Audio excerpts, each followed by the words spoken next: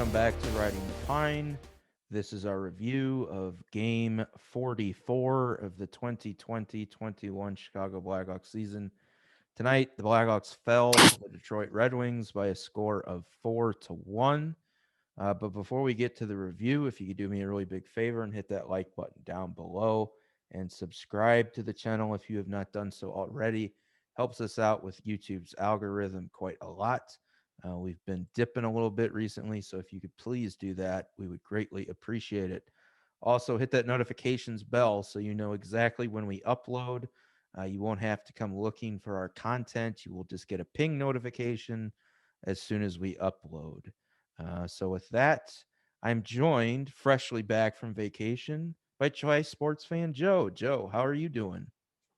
Hey, Kyle. Yeah, it was a nice vacation. It was nice to get away for a little bit. But unfortunately, I had to come back to, the game that I had to watch for the first time. I hadn't seen a Hawks game in nearly over a week. So to have to come back to this one was disappointing to say the least. So um, a decent first period. And then, you think, okay, well, even though we only had three shots, I mean, I know a lot were blocked tonight, but I think Detroit had over 20 plus shots blocked. But the efforts in the second and the third period are to say the least inexcusable, especially knowing the position we're in and battling for a playoff spot. You would think hey, we got to come out with guns blazing in the second and third, but it was just the opposite. It was, I know a lot of the Hawks fans and writers were saying, I don't know, is it the Hawks battling for a spot or is it the Red Wings battling it for a spot, on the way the game went tonight? Yeah, the Red Wings have definitely been coming on strong as of late. I think they lost both of their games to Nashville, but they beat Tampa Bay and Carolina and now the Hawks on this little bit of a stretch they've gone on. So, and look, we've known they're no joke. They're improving, and I think we don't need to get into it, but they made a pretty significant trade um, at the trade deadline for Vrana, who scored on the breakaway tonight. They acquired another first round pick, a second round pick, and former Hawk Richard Panik. So definitely bolstering their roster. Um, and the Hawks tonight just, I mean, we've talked about the lack of offense, right? And like I know on Twitter, I've been tweeting, or at least after the game, tweeted it to me. It's amazing that everyone's focused on Kevin Lankin, and I want to get your opinion on this. So while you were on vacation, I was speculating. I'm like, Subban's going to play. Subban's going to play, and they didn't. Colleton didn't start Subban. This was Lankinen's eighth consecutive start.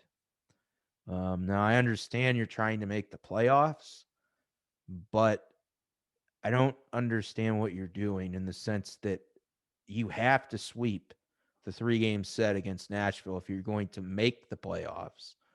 So why are you blowing out Lankinen now when you could have played Subban, whether it would be at one game in Columbus or played him tonight, or at least got, Subban maybe two of the four between Detroit and Columbus.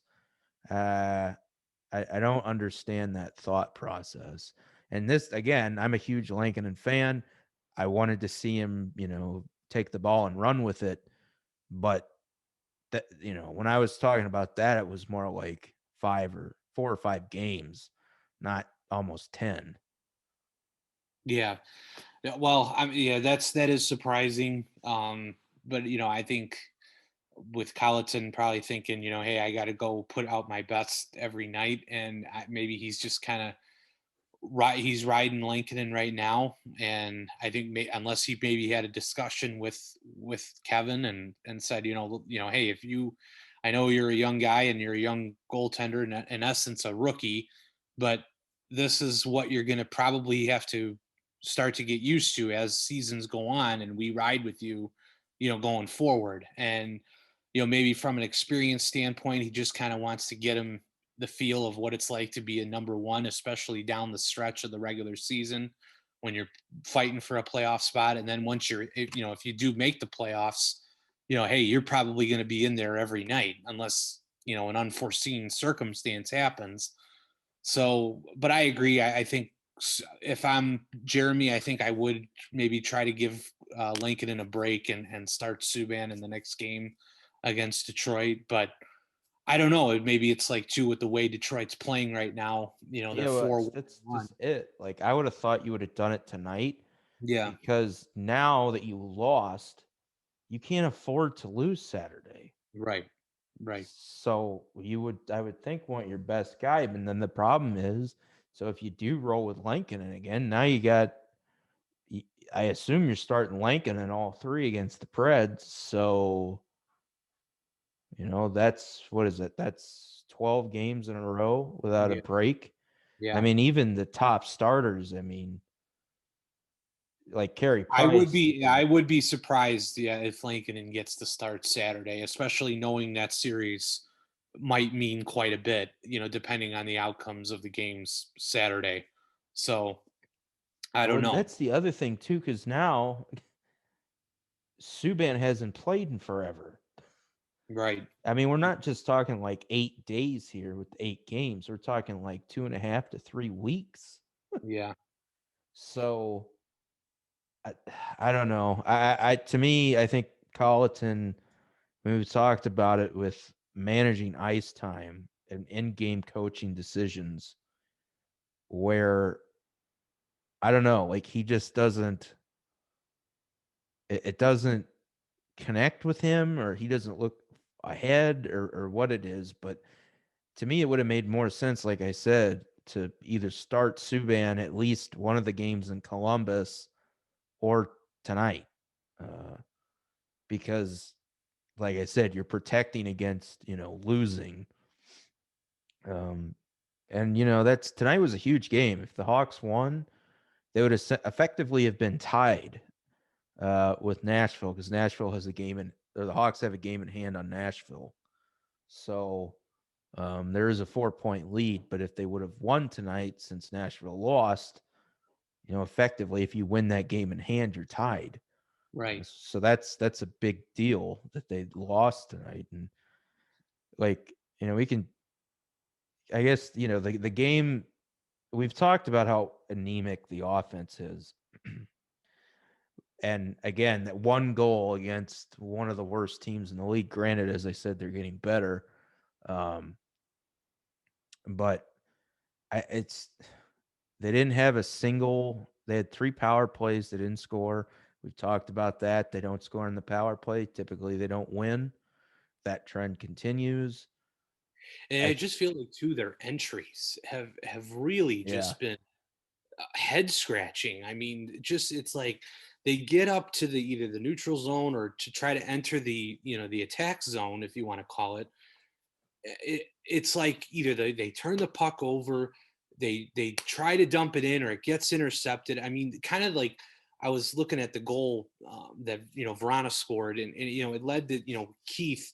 I mean, I don't know what Keith's doing there. I mean, I think was that technically a shot, or was it more of a try of a pass to kind of get it in front of the net?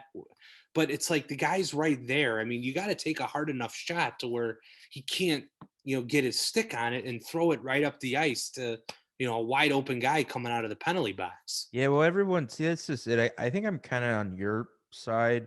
So everyone's kind of saying that was Murphy's fault. I think it was Keith's fault. I don't know why Keith is pinching at the end of a penalty. Like, Right. and because you've got, and he's on the far side on the left side boards, so he knows the guy's going to be directly behind him. So he's the last guy you want pinching, because Murphy or whoever, even if you don't know who's coming out onto the ice, he's going to be on the other side of the ice. So if Rana gets behind you because you're pinching and they get it up, there's no chance. Right. That's not Or at on least if you're Murphy. Keith, you got to get a hard shot. It's something that's not going to just be taken and intercepted and, like I said, just thrown up the ice pretty easily. I mean, I think it's on both of them. I mean, obviously, if you're Connor Murphy, you see Keith going down, you got to think, okay, well, I better stay back. I don't want to get Right. caught. So which she did. So I mean, and I know they were I know Eddie and Pat were saying, well, it could have been on Lankinen for not communicating, which I thought maybe that was the case too. But we saw, they showed the replay, Yep. Lankinen's banging his stick, and maybe just unfortunately Connor Murphy didn't hear that. But I don't know what kind of happened on that play. It was definitely an inexcusable breakdown. Yeah, and then Kalanick on the third goal. Look, it's his 8th game. He's played extremely well the last 3 games. Look, he won the game in Columbus in overtime. That was all him. I don't know if you saw the replay, but I tried to highlight it. He had the puck down in the defensive zone. He shook Atkinson off of him, and then he outlet the pass to Dach. And then his speed, because his skating is one of his best attributes, he cut straight up the middle of the ice. And then as they entered the zone, whoever their defender was, I don't remember who it was, but Kalanick drew him away from Hagel, docked it across right to Hagel, wide open. That was the game. So he makes good plays. He's been playing really well. Like I said, it's like his 8th or 9th game now. I think it's maybe not even that, maybe his 7th. I don't think he's played 10 yet, at least. But so that's gonna happen. And I quite frankly, I was kind of stunned that Stillman played tonight because and a new acquisition that we'll get into, but he's basically the same player that Zadorov is. So why are you doubling down on that and not putting a more offensive player like Beaudin in? Because they called Beaudin up with Mitchell. And I'm not. I guess maybe they just want to get Stillman in, but that just seemed a little strange to me. But yeah, look, that stuff's gonna happen. Lankinen's, maybe wore out, maybe tired. It's gonna make a mistake every now and then. Your defense, half of your defense tonight was rookies. And yeah, Stillman's like a second or a third year pro, but he hasn't played like maybe he's played 80 games in the NHL. Maybe. So, he's still basically a second year pro. And then Mitchell and Kalanick are first years. So half your defense is rookies. And then Zadorov's your third vet. And he's not exactly a shutdown D. So Well, and then you got Boquist with supposedly concussion symptoms, and Dahan, he's out, and with a hip pointer, and granted, like we've talked about, he hasn't had a very good season at all, but um, I mean, I don't know. Like I said, what do you think Boquist is out for? Did they say is he out for an extended period of time? I don't know. It's hard to say. The thing with Boquist is that he had a lot of concussions in juniors, which I think is one of the reasons he fell in the draft. Or, he was, I think, because there were a lot of defensemen in that draft. Mm-hmm. I think, was Darlene the first overall pick that year? Yeah, I believe so. And then there was Borchard, and then was McCarr in that draft? I can't remember. But there were like several high profile defensemen in that draft. And Boquist kind of fell a little bit because one, defensive liabilities, and then the injury history with the concussions. I think he had 2 or 3 concussions in juniors. So that's concerning. Because I didn't he have a concussion last year too? I think so. Yeah. Yeah. So that's concerning with him. Um, Especially at what is he, 20? I don't even know yet because if he's 21, he's not much over it. But maybe he's 21. Yeah, he's probably 21 because I think he played an extra year in London before coming over. So that would have been his age 19 season. And last year, 20. So yeah. But that's concerning, obviously. And then, yeah, like I just don't agree with people that are focusing on the D. And that's, most of the beat writers there were 2 things they were honed in on. defensive breakdowns, which again, I don't think you can really fault them for. You got young defensemen, it's going to happen. And then the other was the effort. And Colleton at his press conference, and even the players, because Dylan Strome took an issue, I think, with some of the stuff too. And then he kind of backed off because he didn't want to get into, a spat with the reporters. But Colleton said that he thought the effort was there. And I don't know what game he watched, but I didn't see any effort. Like, even in the third period, like, you're down 2 goals, and the first 10 minutes was like played entirely in your own end. Like, there was it like the 12-minute mark, 13-minute mark in the third, where, or I guess 13 minutes left in the third, not the minute mark, but you get my point. Yeah.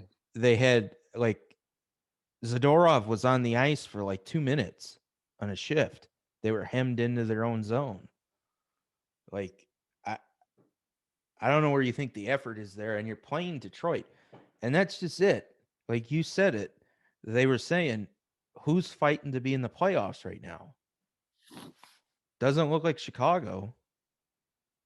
Like, when the fans and the beat reporters are like all in unison that you look like you're not trying,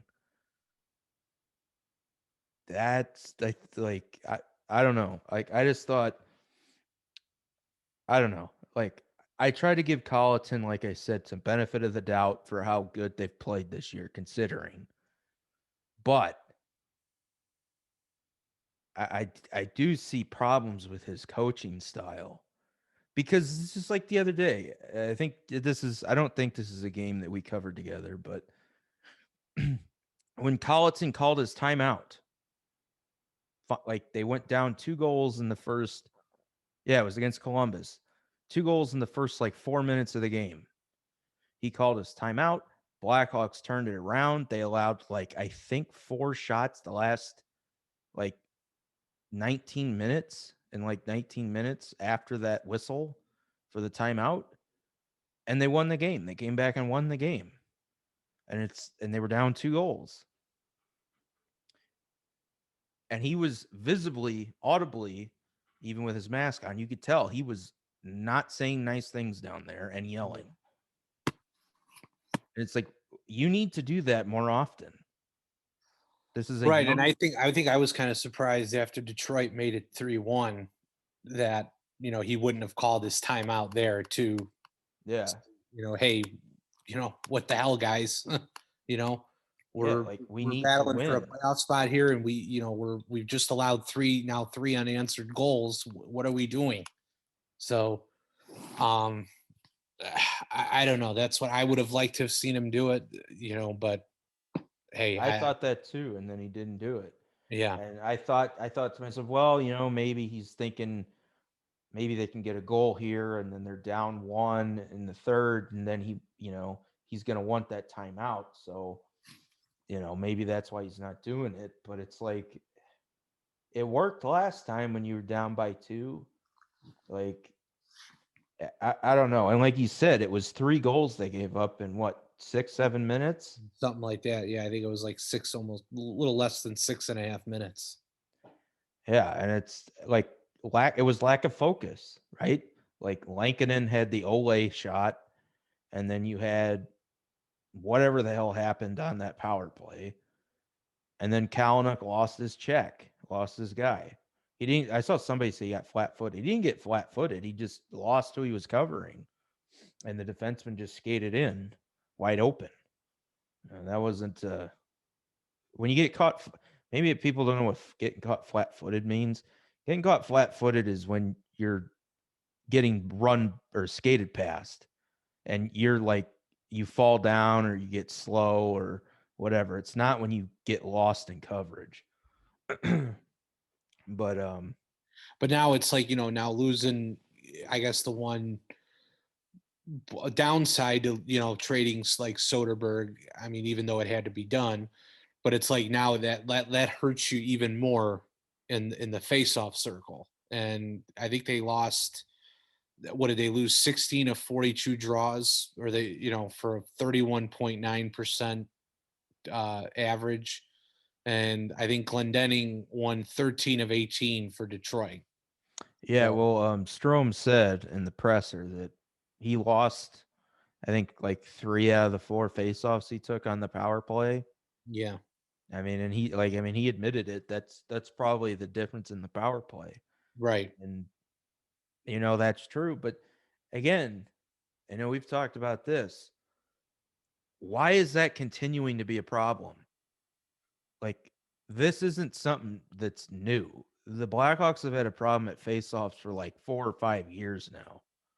This is And they've always had this issue. That's why they had to go and bring Vermette in 2015, like, and Hanzus in 2013. They brought these centers in to come in and win faceoffs, defensive-minded forwards, and and even in 2010 with Madden, that's what his thing was faceoffs. They just, I don't I mean, understand. is it Like, hard, I guess, to find centers that are, with a face-off emphasis anymore? I don't know. I mean, no. Well, I mean, it's hard. It's a hard thing to do. Like, there's no question. Right. Um, but my thing is why aren't they actively developing their centers to be able to do it? Like, you should have at least developed one player that can do it aside from Taves, and who knows? Like, again, we don't need to go down that rabbit hole. I mean, they haven't developed a center that could, other than Deneau, who they traded away. So, I mean, they haven't developed their own center who can win faceoffs since Taves. So that's a problem. Uh, and I don't know And what also, they're. did you agree with this 5 forward power play unit? No, I think it's Yeah. stupid. Right. That's kind of my thinking too. I mean, it's like, 4 is fine, but you need to have a defenseman back there, like you said, just in case, crap. Yeah, well, even I was even watching the game because they did run a power play where they had Keith and Kalanick on there, and then I know they have on one of the other units when Boquist is there, they have him with Keith, and that's fine, but like, I don't know. I just sometimes I kind of wish they'd throw out a more defensive guy because look, like, I know I guess you're thinking Keith is old. And this isn't a knock on him because he's still playing like a kid. Just he's not what he was though. And if you're putting him out there and then Boquist, who is not good defensively for the most part. I mean, he's had flashes this year, but for the most part from his history, he's basically a younger Eric Gustafson. So then when you throw that out there with Keith, who's old, and that's the thing with Keith too.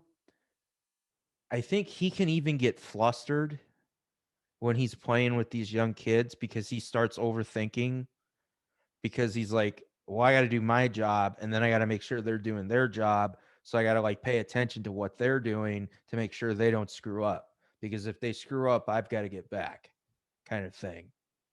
So I think he even gets caught overthinking. And that's why I think, uh, was it Laz and Powers on their podcast? They've talked about it and we've talked about it.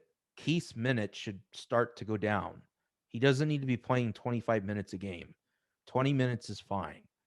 And plus you're trying to develop your kids. So, that would I would think just Unless logic. Colleton's just saying, you know what, like I said, we're battling for a playoff spot at this point, and I got to have my best guys playing, you know, the more minutes, as many minutes as I can, or is it as whatever can suit, us making that, Yeah, but again, that's just counter to what they've said.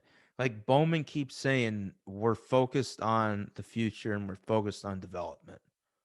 So if that's really the case, and plus, this is good experience for those guys. You know what I mean? Like, right.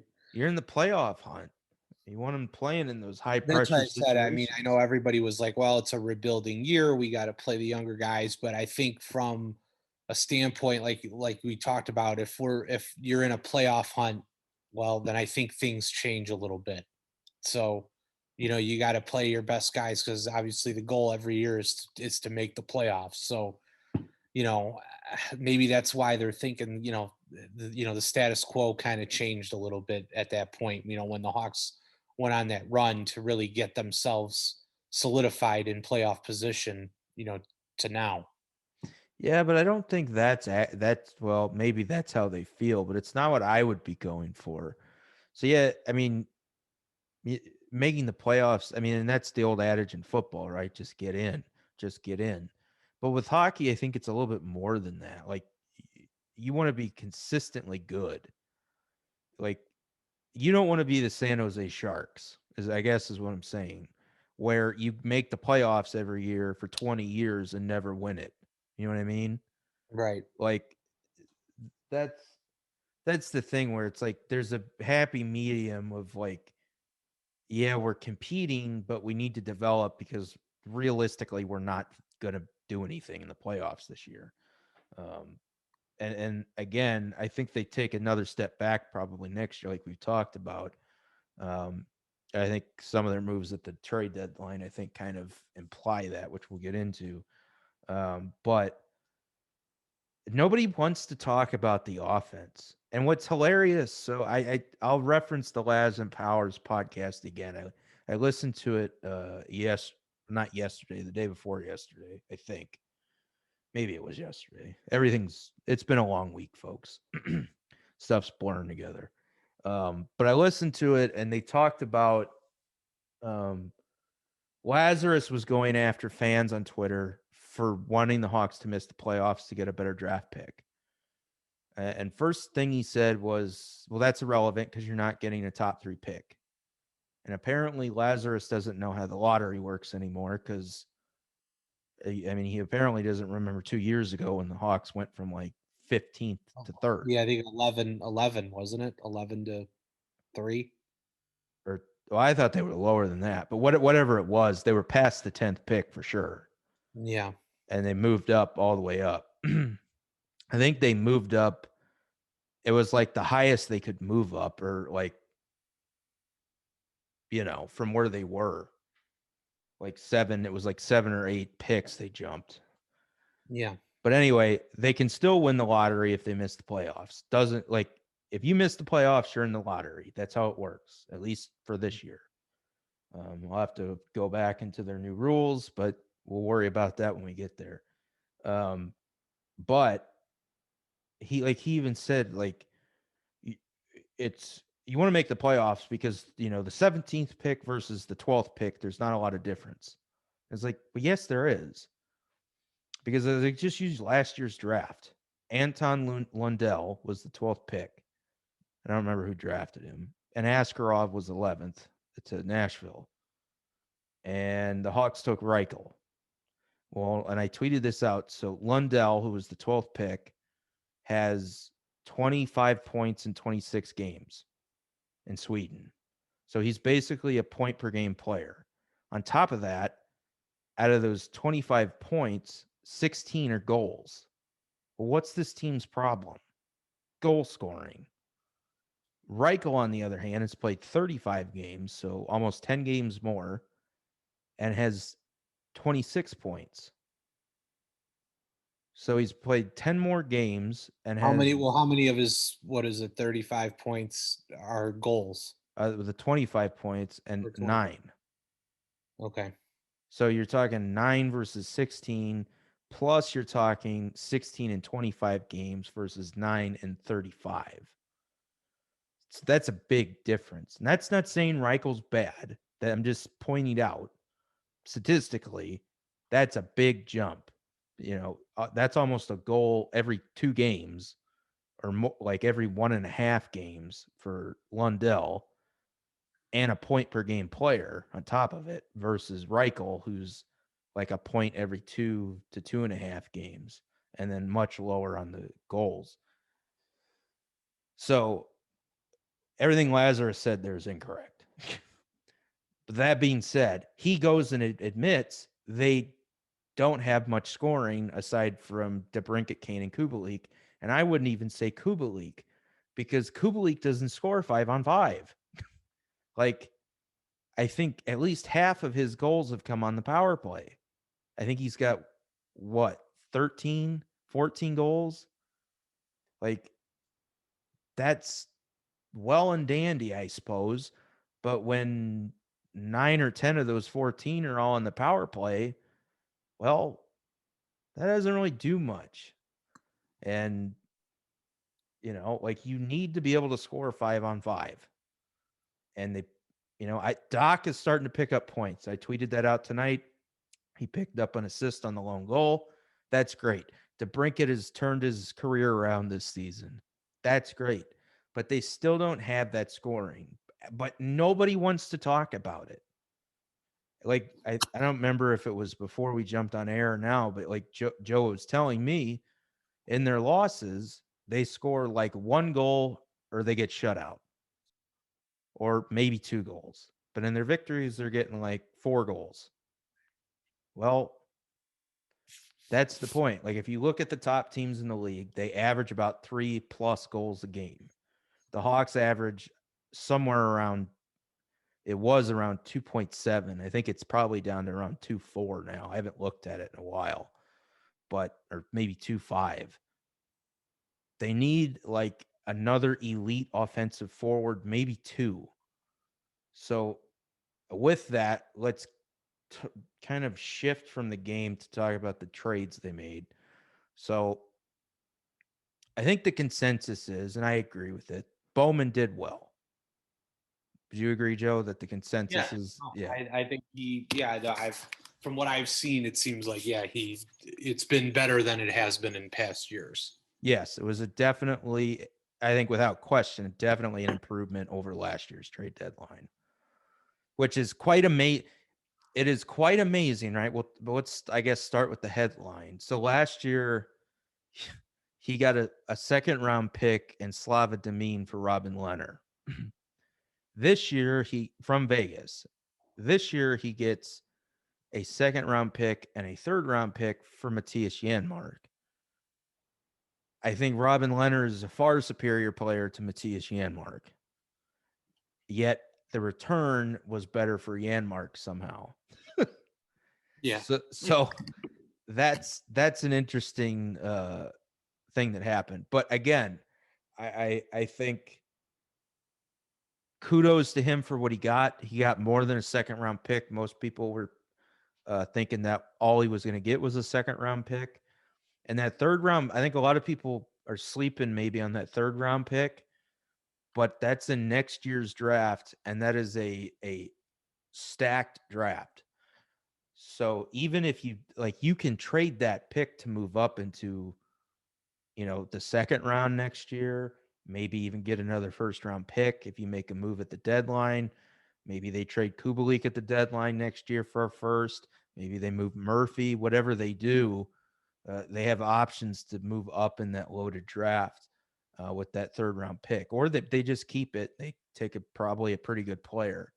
So that was a big trade. And Joe asked me if I thought they could have got a first. I don't know. I mean, I want to say a second and a third is kind of valued at a first, but I can't believe Toronto gave up a first for Nick Foligno. That trade puzzled me because I think Janmark's a better player than Foligno. They're both kind of the same statistically. Foligno, I guess, is a captain, so maybe he's got that on Janmark, but they're both pretty good two-way players. And Janmark's younger by like 5 years. And, Toronto could have signed him pretty cheap. I think Foligno is probably going back to Columbus at the end of the playoffs. So, we'll see. I think that's a pretty steep price. And then Taylor Hall didn't even get it. Taylor Hall didn't get a first round pick.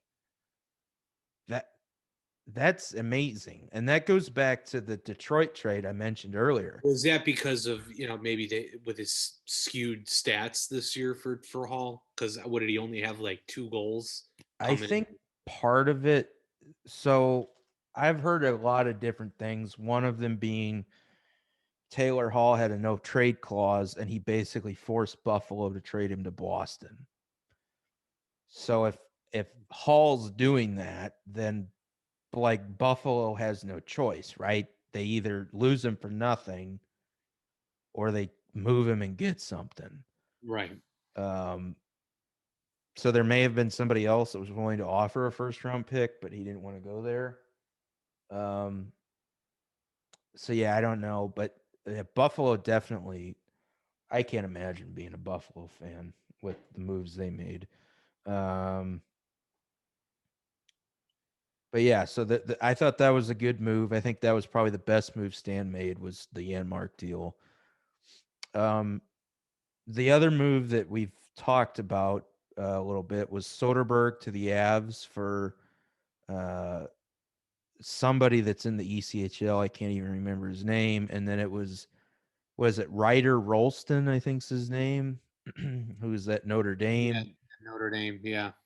Yeah, and he's the son of former Boston Bruin and I believe Minnesota forward Brian Rolston. Um, I know he played for Boston for a while, but eh, I don't know if that. I mean, I guess you're adding a prospect, but I don't know. I think Joe kind of makes a point where you lost a centerman who could win a face-off, and I'm not sure you're really getting anything back for him. Like if you were hell bent on making the playoffs, maybe you don't make that deal because, like I said, you're getting a fifth round pick in Rolston. I mean, the other guy, like I said, the other guy's an ECHL guy. We don't even need to talk about him. But yeah, maybe Rolston will turn it around. I know he had a higher. I did some looking up on him after the trade, and it seems like his stock has fallen for whatever reason. And he's gotten pushed down the lineup because he was with the USA development team, and then must have just didn't make the Olympic roster because I know he was playing with Zegras, who was one of the top picks from last year's draft. I think is in the NHL now with Anaheim. Mm-hmm. Um, so yeah, I mean, we'll see how that goes, but I think that's probably my questionable one. But at the same time, it looks like he's a scorer, like he's a guy that puts the puck in the net. So maybe that's where Bowman's looking to pull something out. Because it looks like, according to this, Rolston has 6 points through 28 games in the Big Ten thus far for Notre Dame. Yeah, and it is his freshman season, so let's be clear on that. But Right. um, it seems like his value has been dropping ever since his draft, like even before his draft. Because I think at one point he was projected to be like a second or a third round pick, and he ended up falling to the fifth. So, I guess Bowman, there's a lot of reclamation projects in these trades, him Rolston being one of them. So we'll see if that can be turned around. Kind of like maybe he's, finding a couple of these diamonds in the rough type Yeah, well, players. I mean, to be fair, Kubalik was a seventh round pick, right? So Right. just because he's a fifth round pick doesn't mean anything. But you know, it, and I guess Kubalik's maybe a similar player, a comparable, because Kubalik's basically just got a shot.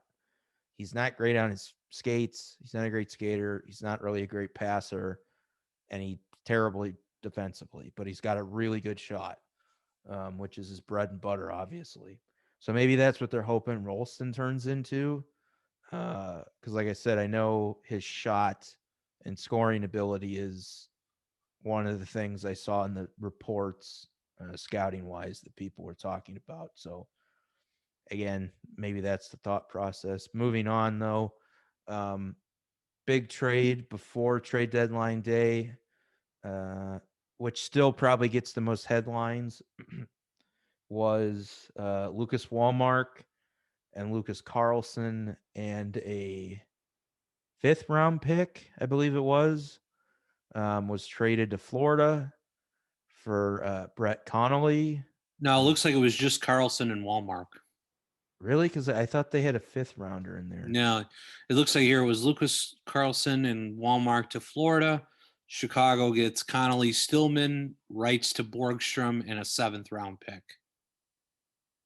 For some reason, I was thinking they were trading the fifth for the seventh, but maybe No. not. I know they traded a fifth for the Bowie deal, which we'll get to. But yeah, so yeah, like you said, they picked up Connolly, Stillman, Borgstrom, and then the pick. And it seems like Connolly. I was telling Joe before we jumped on. I was concerned after they made the deal because I thought acquiring Connolly was going to hurt the trade value of Yanmark, because if you're a competing GM, right, like the GMs talk to each other, this is no secret, and they know what the other team is doing or wanting to do. You kind of knew Connolly was going to replace Yanmark in the lineup. So having acquired Connolly before moving Yanmark, I was worried. I'm like, well, teams are going to know you're desperate to move Yanmark now because you've got this other guy that needs to play. And it's, coincidentally could potentially lower the value of Yanmark because you have to move him. I mean, I guess you don't have to move him, but, would prefer to move him rather than have one of them sitting. Obviously, I don't think it did based on the return they got for Yanmark, so that was good. And I think, I was telling Joe, I think Connolly, a lot of people were characterizing the trade for him as more of a salary dump for Florida, which maybe that's how Florida views it, but I'm not sure that's how Bowman views it. I actually I think I agree with he who should not be named that he's a 20 goal scorer. I think he put up 40 goals over the last like 2.5 seasons, something like that. Won a cup with Washington, so he's got experience there. And if they can rehabilitate him again, another reclamation project, and get him up to that 10 to 15 goal mark again for $3.5 million, even if you have to eat $1 million of that, I think you can trade him again at the trade deadline next year. Because is Connolly now under contract with us for next year? Yeah, so he's got that, and that's why I think they wanted to move it. So it's $3.5 million for the next 3 seasons, including this year. So He'd have 2 years left after this year. Right. Okay. So if you move him at the deadline next year, assuming he upticks his value, you can eat. He'll have 1 year remaining with whoever he goes to, and the Hawks can retain salary on that. I mean, at $3.5 million, you don't have to retain that much to make it work for the other team. So that's a potential, I think, trade asset for next season, and they don't have to worry about going and bringing somebody else in the off season either. Plus, who knows? Maybe Seattle picks him in the expansion draft. Doubtful, but possible. So yeah, and then Stillman. So we've seen Stillman play 2 games now. Tonight was Joe's first time seeing him in a game. I think similar to Zadorov, can get caught on his skates sometimes. More of a physical defenseman. He led the team in hits tonight, for example. Slightly surprising. Zadorov only had 1 hit. Kalanick had one as well with 4 shots on goal. And Stillman had 3, so that's interesting. But I I don't know. Like, I guess I'm a little puzzled on the Stillman acquisition because we've talked about ad nauseum how many defensive prospects they have. And even Bowman, to his credit, has finally admitted that the cupboard is stocked on defensemen. So I swear to God, hopefully they don't draft one in the first round this year, or the second for that matter.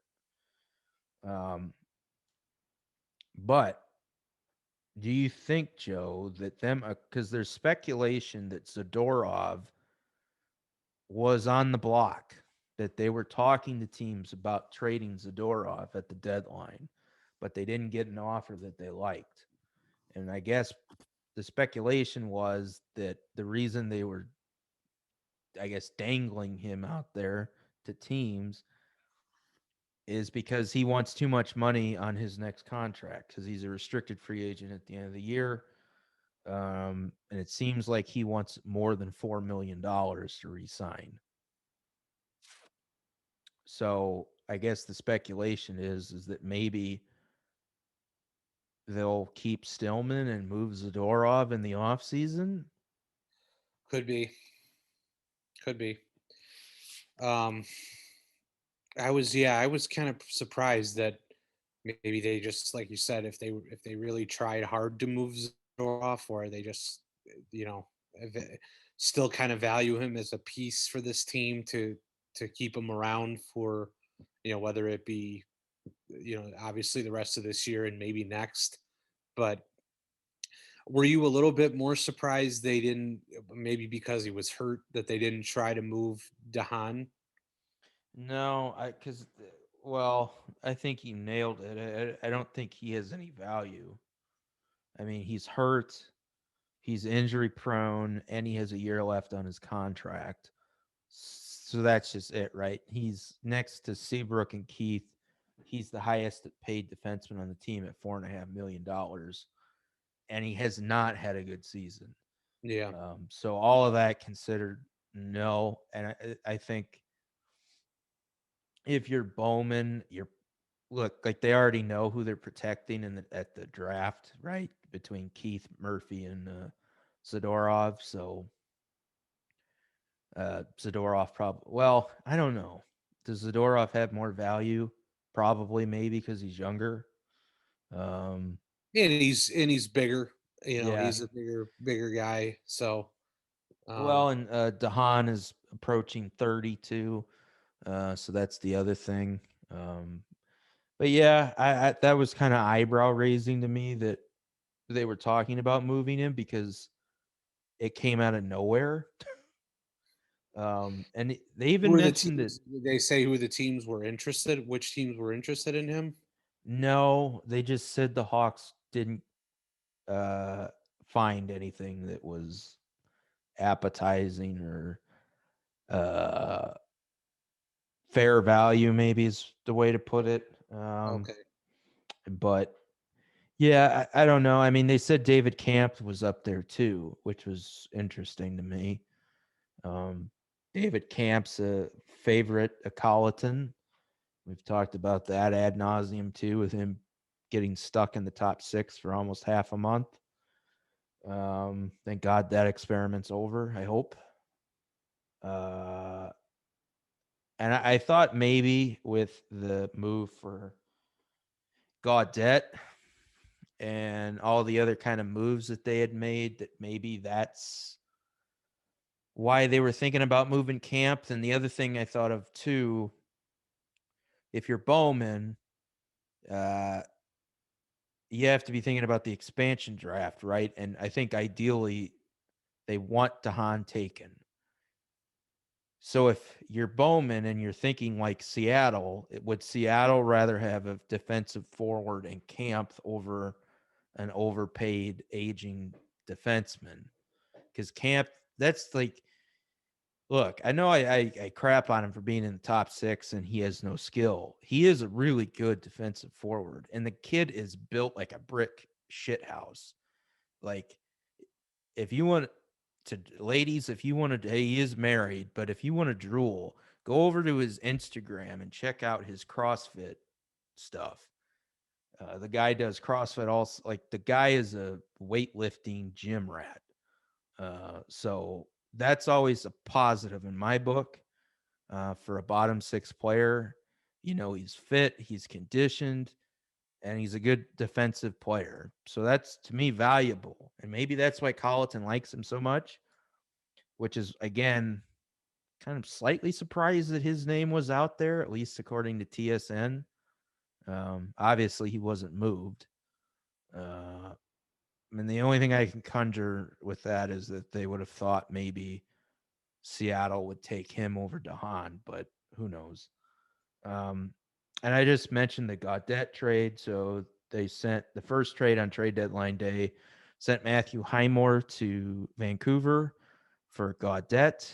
Have you paid attention to this trade at all, Joe? Which the Gaudette one? Yeah, The there's high, some interesting things coming out about it. I haven't seen too much other than what was initially said. So there have been comments made by, comments made by their GM, Jim, I believe it's Jim Benning. I know his last name's Benning.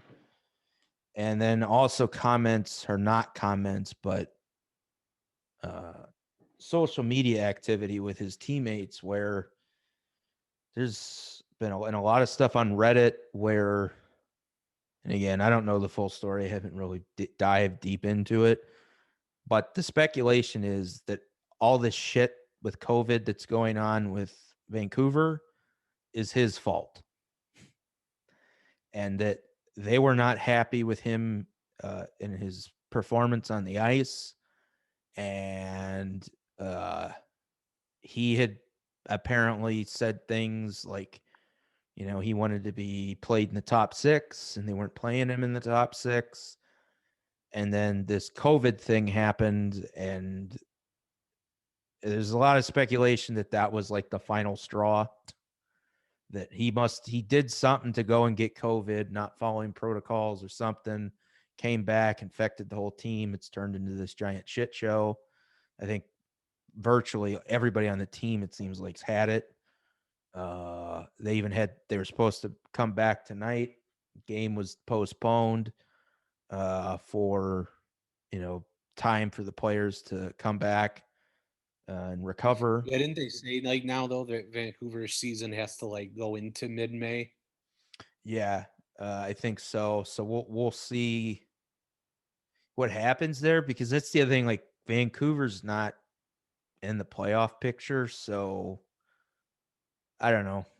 But I guess for other teams that are, you Yeah, know, that's true. that are trying to make up games and points, I would think that Well, those and are then if they're the only team, right, that would kind of suck, because you want to know where everybody is for the draft as well. So I could see where they probably extended it out for an extra day or so, but they can't do it much further. So we'll see. I think they're talking about having a lot of double headers for them coming up. So we'll see how that works. To me, that's almost worse. Like, if you're Vancouver, wouldn't you just almost rather play and get the first game out of the way rather than playing?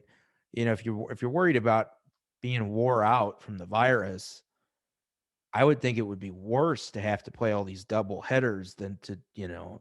did they say they're going to have to do that, or is it being discussed? Well, I guess by double headers, let me maybe I guess baseball's back. I'm just in baseball mood, but by double headers, I mean back to backs. Back to backs. Okay. Yeah, yeah. I didn't know if they had even talked about like, yeah, where you play a game in the morning and then, play a game again in the evening. Well, So, right. What I still assume they might do it that way, like but it would be, they play Sunday night and then they play Monday afternoon or something like that, and then mhm. because they got to fly out to wherever to make the next city. So Right. Right.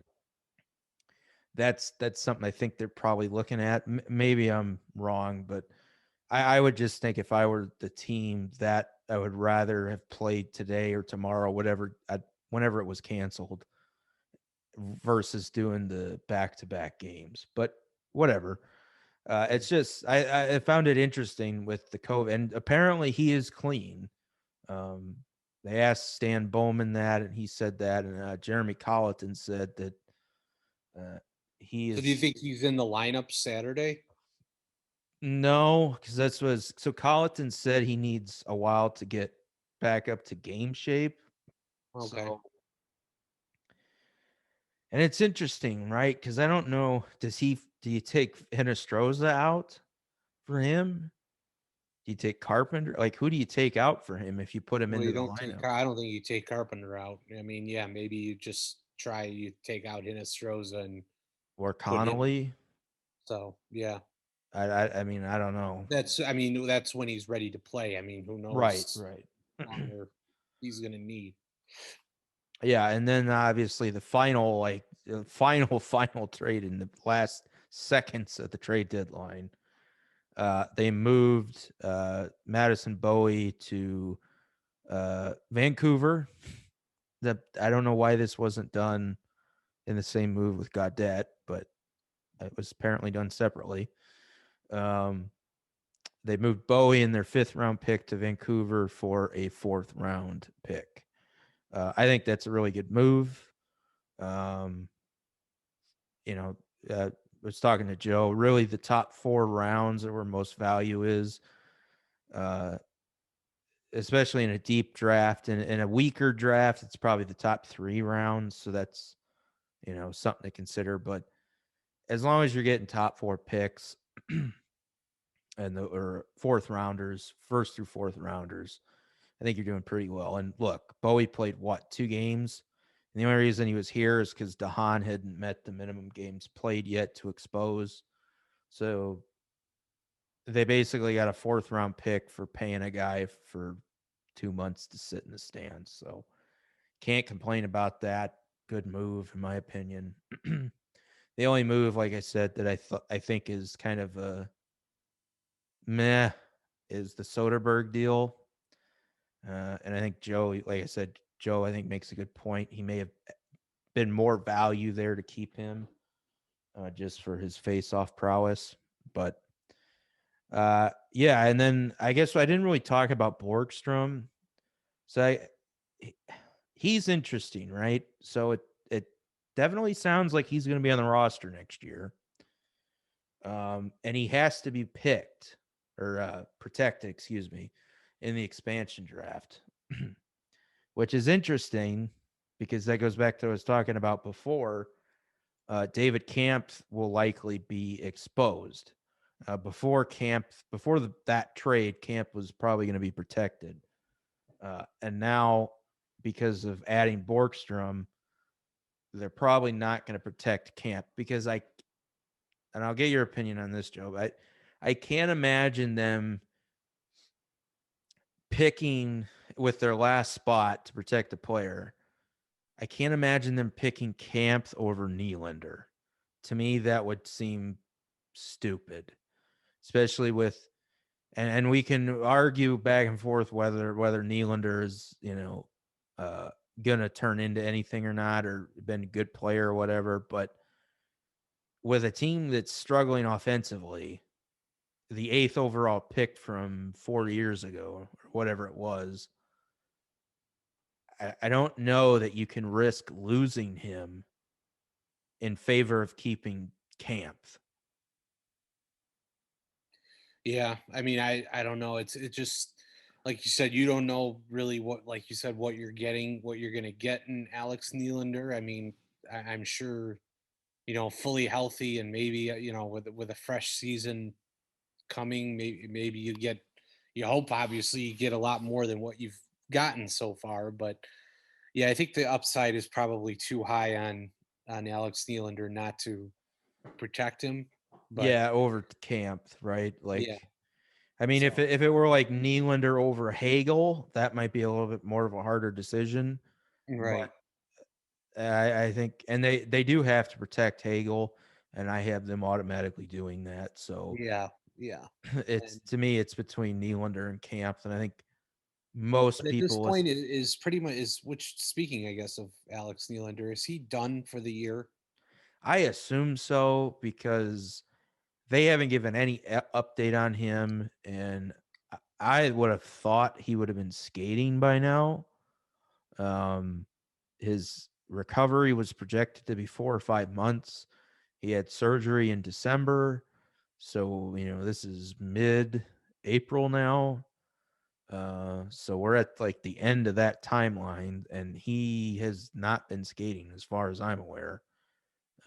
So I assume he's just shut down for the year, other Yeah, than other than building up strength and mobility in his knee.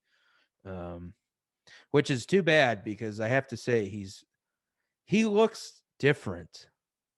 He kind of looked like a little whiny kid, like little Michael Myers kind of.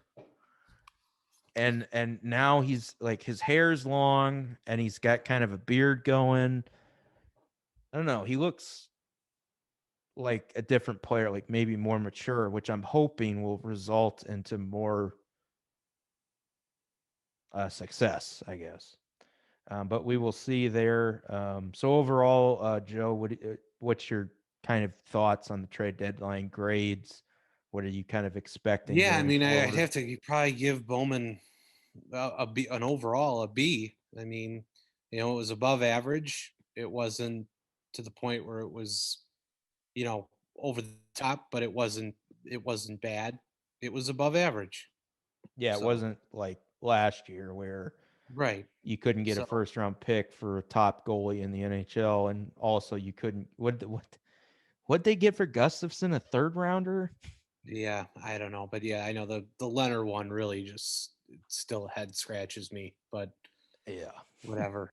So, but but no, I yeah. mean, like I said, I think he made up for it in a lot more of ways than not than this year. So, but Do you expect? Well, that Hardman kid they signed is around too, and he should be ready to go to get into a game. So I don't know if he's. Well, I guess if he's on the taxi squad, he could play Saturday. Maybe they get him into the lineup. I don't know. Um, but so I say. So I mean, you assume right that Borkstrom probably makes the roster next year. I would assume, yeah, Well, so I'm curious. So I was talking to Sherrod about this, and uh, Bowman again. This concerns me slightly because Bowman's never been good at like making his own moves.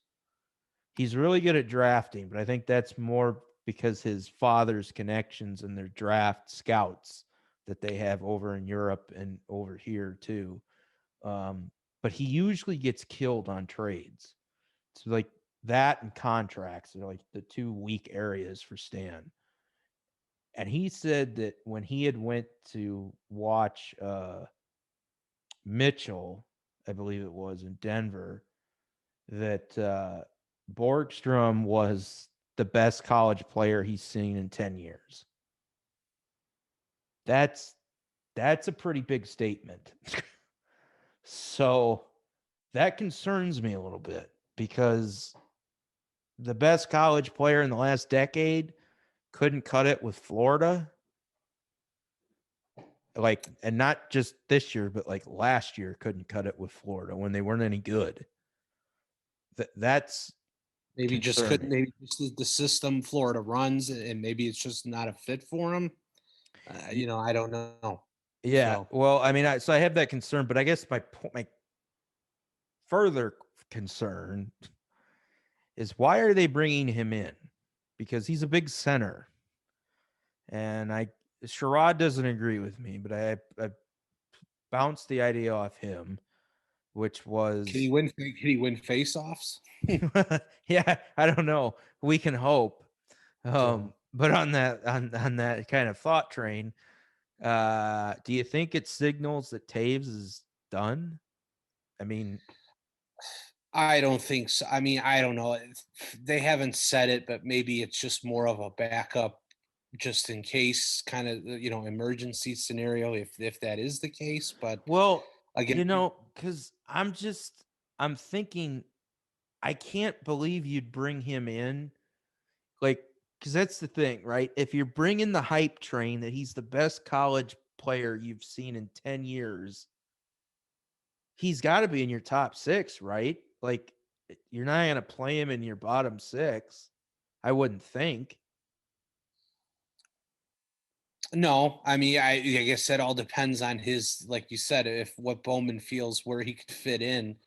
And if again, maybe in Colleton's systems, he might fit, do a little bit better compared to where he was in Florida. But I don't know.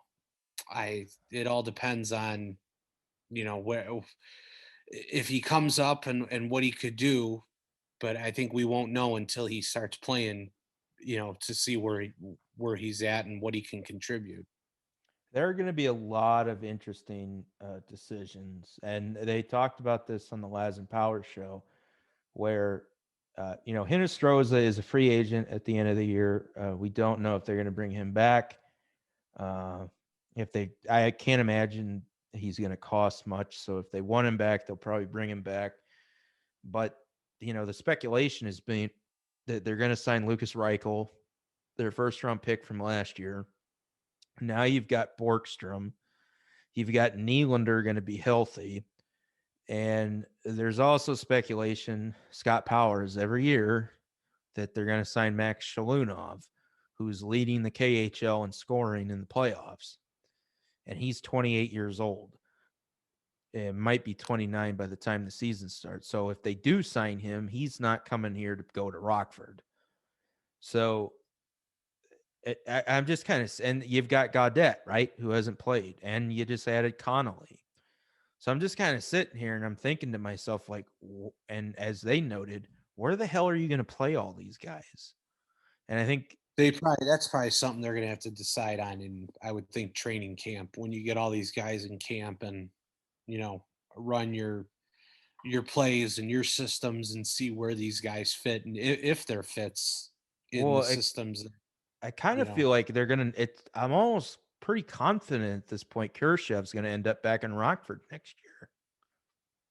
I mean, he'll be 22 years old, but is like that something you want to do to him? Because that could, like, screw with his psyche a little bit, wouldn't you but think? I mean, if he's getting top minutes and he's going to play on top lines there, Well, that's it, true. you But know I just, yeah, I mean, because you're not going to send Nylander to Rockford, right? So, and no. I can't imagine, I don't know, like everyone, if they left Reichel in Europe, maybe I'd be a little bit more confident on the roster. But I can't see, like, if you're going to bring your first round pick over because you think he's ready, the like, I don't understand why you'd send him to Rockford. And maybe they do, but being a Well, foreigner, maybe just like you said, start him there and get him acclimated to North American ice and North American play.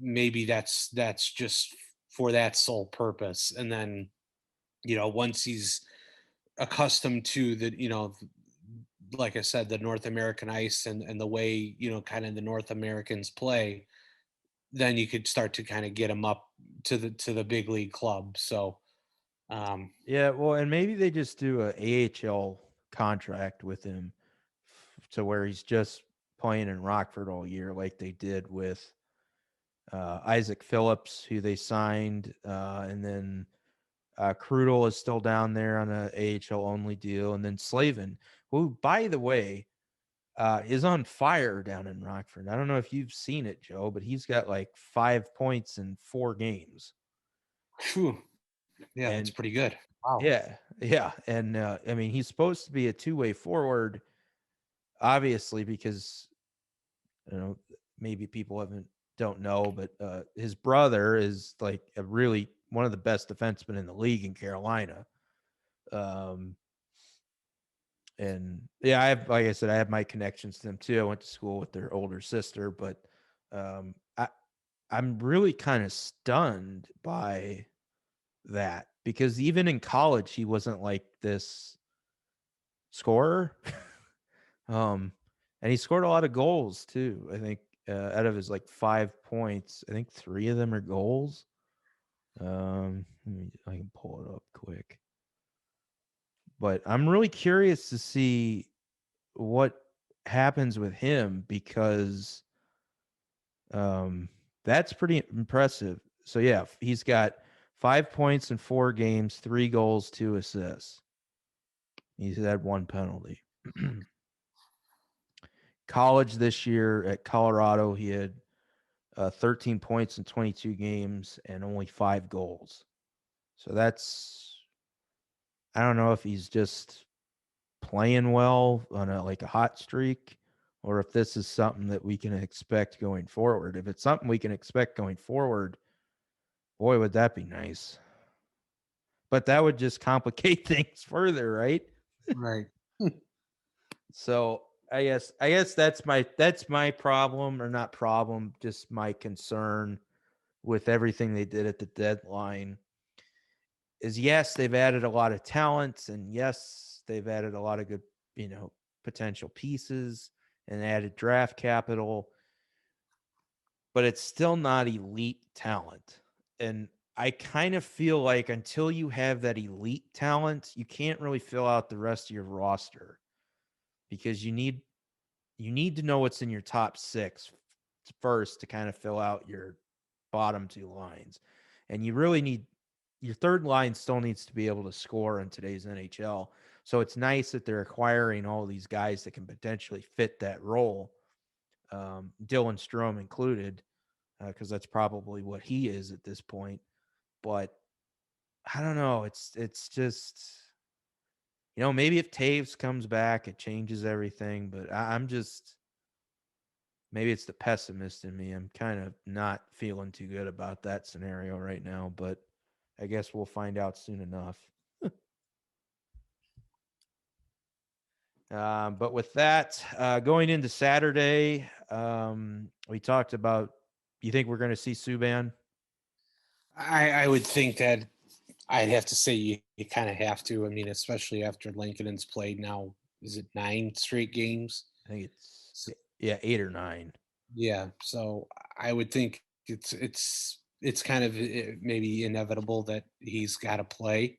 But I mean, I don't know. Maybe knowing Colleton, he may not. So he And may it's just just ride like the because guy. I can't imagine they don't play Lincoln in the 3 games against Nashville. But then again, if you play Saturday and you lose, well, you're kind of out of it at that point, in my opinion. Well, I guess if Nashville wins too. Yeah. So, but if Nashville loses and we lose, yeah, we're in the same spot. You're 4 points back. With a 6-point swing, happening. So I mean, And he has a obviously, game in hand too. So right, right. So you're kind of hoping, at least the best case scenario Saturday is obviously we win and they lose. So to get it to within 2 points. are they But playing Carolina again on Saturday? yeah, I think they are. So That would definitely be ideal. Problem is that the Hawks still have Carolina, Tampa, and Florida coming up again. yeah, yeah. So, but that's what's going to make that series, with Nashville either important or not, depending on what happens Saturday, I would say. Yeah, So, well, I in my crystal ball on the last review, I had said I thought that Hawks needed to win 4 out of these 5 games, and definitely had to sweep Nashville and had to at least split with Detroit. And we're not off to a roaring start here, so. But I mean, I could probably, I mean, I would take probably the scenario where we win Saturday, they lose, and then the Hawks take the first 2, but then maybe like lose in overtime or a shootout in the last one. Yeah, but then you're only tied, and Nashville still has the tiebreaker. Oh, they do? Okay. See, because that's the thing. Like, even if you were to tie them, they still have the tiebreaker. So that, like, that's the, and plus, like, the Hawks have those games against the fucking Murders Row again at the end of the season. Plus, were they end 3 with Dallas or 2 with, is it 2 or 3 with Dallas they end with? I think it's 2. Well, either way, I mean, they do okay, I guess, against Dallas, but those games against Florida, Tampa, and Carolina, the one game I guess they got left with Tampa, and then well, they got 2 with Florida and Carolina each, I think. So the Jesus, yeah, I don't know, man. I don't have I don't have much hope, but we'll see. Do you see? I'm looking at the, because what is the Predators, so they still have, after this 3-game series with us, they have 2 with the Panthers, 1 with Dallas, 2 with Columbus, and then 2 with Carolina to finish the year. Yeah, so they probably win the ones with Columbus. Do they have any with Detroit left? No. Well, that's good. Well, maybe not though. But I don't know. So they got, you said Dallas, Carolina, and Florida. Yeah, 1 with Dallas, 2 with Columbus, 2 with Carolina, and 2 with Florida after the series with us. Okay, so they probably beat Dallas. And then if they split with Florida and Carolina, if they win 2 out of those 4, yeah, I don't know, man. It's still going to be really hard, I think, for the Hawks because, like I said, we've got 2 with Dallas, 3 with Nashville, 1 with Tampa, I think, and then Yeah, so 2. after the series with the Predators, we have 1 with Tampa, Yeah. 2 with Florida, 3 with Carolina, and Oh, 2 it's with Dallas. 3? Yeah. Oh, God. So Yeah, I don't, dude, I think we're done. yeah. So but yeah, it's 3, because I think one of the games is a makeup game from when the one was postponed, I That's think. right. Yeah, the game in Carolina that was canceled, So which is weird because it's a home game, isn't it? well, all 3 of them say at Carolina. So Oh, okay. I yeah. guess that makes sense then. Cuz yeah, it So was the game that was canceled was down there. Okay. but So yeah, do you see any other lineup changes other than Subban for Saturday not really. I mean, I don't know, unless, like you said, unless Gaudet is or healthy, Hardman? yeah, or Hardman, but What I don't about really. defensively? I mean, maybe they. Do you think they bring in Bodan? Well, that's what I'm wondering because like I said, I was slightly confused um if they were gonna, because the first game, right, that Stillman played Zadorov was scratched because they're kind of the same player. It's just Stillman's not as big. So with that in mind, do you kind of feel like you'd get more value out of having Bodan in if you scratch one of them? Maybe, yeah, But like, see, that's, I don't know where their heads at. I don't know if they want to see Stillman just because he's the new toy or what. But how did you think Mitchell did tonight? I didn't really notice him that much. yeah. I mean, he just wasn't noticeable, but I mean, I think he did okay, but it just wasn't anything that jumped off the page. Kalanick was a -2, so that's not good. Maybe they said Kalanick. I don't know. I guess they could do that or switch Bodan for Mitchell. Who knows? I would think Bodan's got to be getting back in the lineup soon, though. And they definitely got the opportunity with Calvin to Horrible and Boquist out. But we will see. They could run with 7 defensemen too. They haven't done that in a while. Right. Maybe they sit Who would they sit though? Shit, I don't know. Probably have to be either Carpenter, Vinny, or Connolly. I don't know. We'll see. Yep. Uh, like I said, recap: Hawks lose 4-1. Red Wings get the extra empty net goal. Hawks offense went 0 for 3 on the power play. Detroit went 0 for 1. Shots were pretty even, 28-25 in favor of the Red Wings. Block shots were not even, and nor were hits, which, again, for having Zadorov and Stillman in the lineup, that's kind of shocking. The hits were doubled up, 19-9 on that aspect, and then blocks they got eviscerated, 24-6. So yes, not a good showing. I don't think anybody thought so, other than Colleton and the team.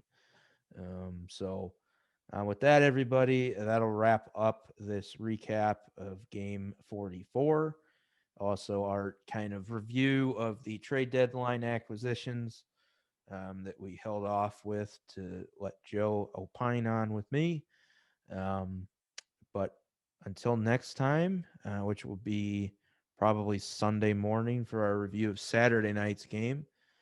Again, I know Joe got his shot. Was it yesterday, you said, or the day before? It was Tuesday. Yeah. So I believe everybody that wants one who's 16 and older can now get it as of the 12th, I believe. So please, if you want your vaccine, sign up for it. Continue to wear your mask. Make sure you're checking in on your friends and family. And we will see you all on Sunday morning with a review of Game 45. And hopefully, we have a better outcome. So until then, everybody, we'll see you then. All right, thanks everybody. Go Hawks. Go Hawks.